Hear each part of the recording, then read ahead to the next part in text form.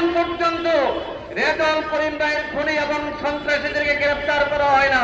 প্রশাসনের এখানে নির্বিকার ভূমিকা, এই হত্যাকাণ্ড সংঘটিত হয়েছে। আমরা কাল বিলম্ব না করে অন্তর্বর্তী সরকারের কাছে দাবি জানাতে চাই, আগামী 24 ঘন্টার মধ্যে সহকারী রিটার্নিং অফিসার আশরাফুল আলম এবং জিনেগেদে থানার ওসিকে প্রত্যাহার করতে হবে।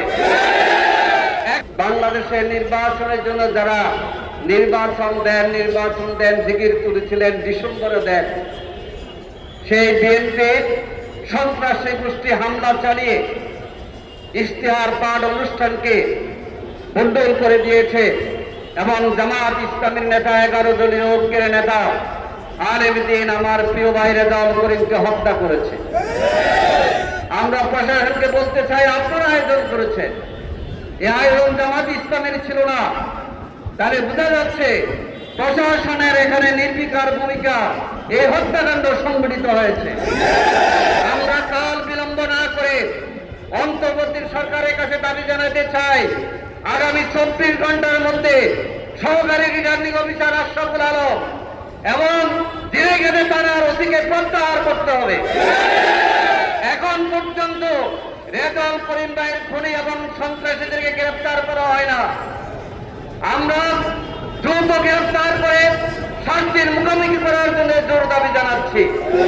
সংগ্রামী ভাই ও বন্ধুগণ, নির্বাচনে যারা জিকির তুলেছিলেন তারা দেখতেছেন জনগণ আজকে ঐক্যবদ্ধ বাংলাদেশের পক্ষে, জনগণ 11 দলীয় ঐক্যর নির্বাচনের পক্ষে, জনগণ আজ দাঁড়িপাল্লা শাপলা করে, দেওয়াল করে এবং রিক্সা মার্কার সহ আমাদের 11 দলীয় ঐক্য দলের মার্কাগুলোর পক্ষে। আমরা সরকারের কাছে সরকারকে বলতে চাই, নির্বাচন আমরা চাই, নির্বাচনের কার্যক্রম চলেছে, কিন্তু হাল হাকিকত ভালো নয়।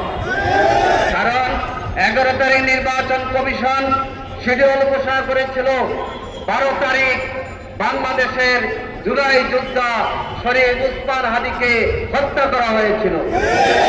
আর গতকাল আমাদের যিনি প্রার্থী শ্রীপতি এবং জেনেগেটি আসনের, তার নাম হচ্ছে জননেতা নুরুজ্জামান বাদল। আপনারা জানেন বিএনপির একজন নেতা ফেসবুকে দিয়েছে, নুরুজ্জামান বাদলকে যেখানে পাও জবাই করো।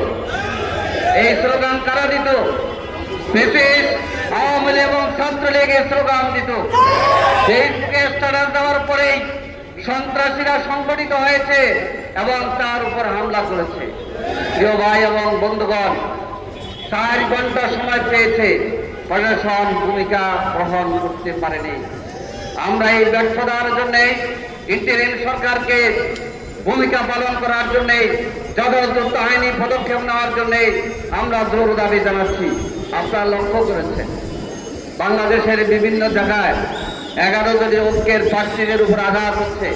এখানে যে জননেতা মুখ্য সংগঠন আছে তার উপরে 2 বার হামলা হয়েছে। কি বলেন?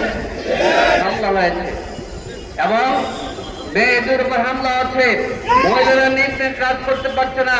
ঢাকা 4 আসনের আমার একজন বোনের উপর আঘাত করা হয়েছে। এটা আমরা সহ্য মনে করেছিল। মহিলারা 11 দলীয় ঐক্যের কাজের ক্ষেত্রে নাই। এখন দেখা যায় শত শত হাজার হাজার মহিলা বাড়িতে বাড়িতে গিয়ে আজকে 11 দলীয় ঐক্যের ভোটে ভোট প্রার্থনা করছে।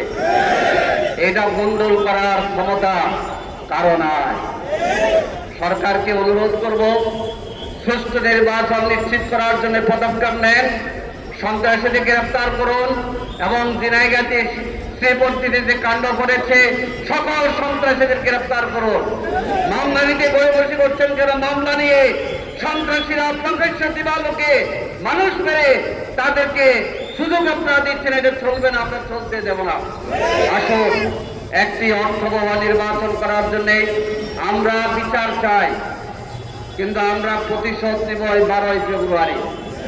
12 ফেব্রুয়ারি জনগণের রায়ের মধ্যে দিয়ে এই হত্যাকাণ্ডের বিরুদ্ধে জনগণ প্রতিশোধ নেবে।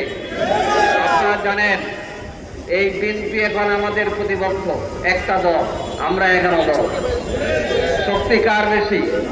11 দলের। আমরা শক্তিহীন দেখাবো, কিন্তু 12 তারিখে নির্বাচন সুষ্ঠু করার ক্ষেত্রে সাহস হিম্মতের সাথে আমরা এগিয়ে যাব। ভাই এবং বন্ধুগণ, আসুন ঐক্যবদ্ধ বাংলাদেশ গঠনে 11 দলীয় ঐক্যের ভূমিকায় আমরা সবাই সংঘবদ্ধ থেকে এগিয়ে যাব। আল্লাহ হাফেজ। বাংলাদেশ জিন্দাবাদ।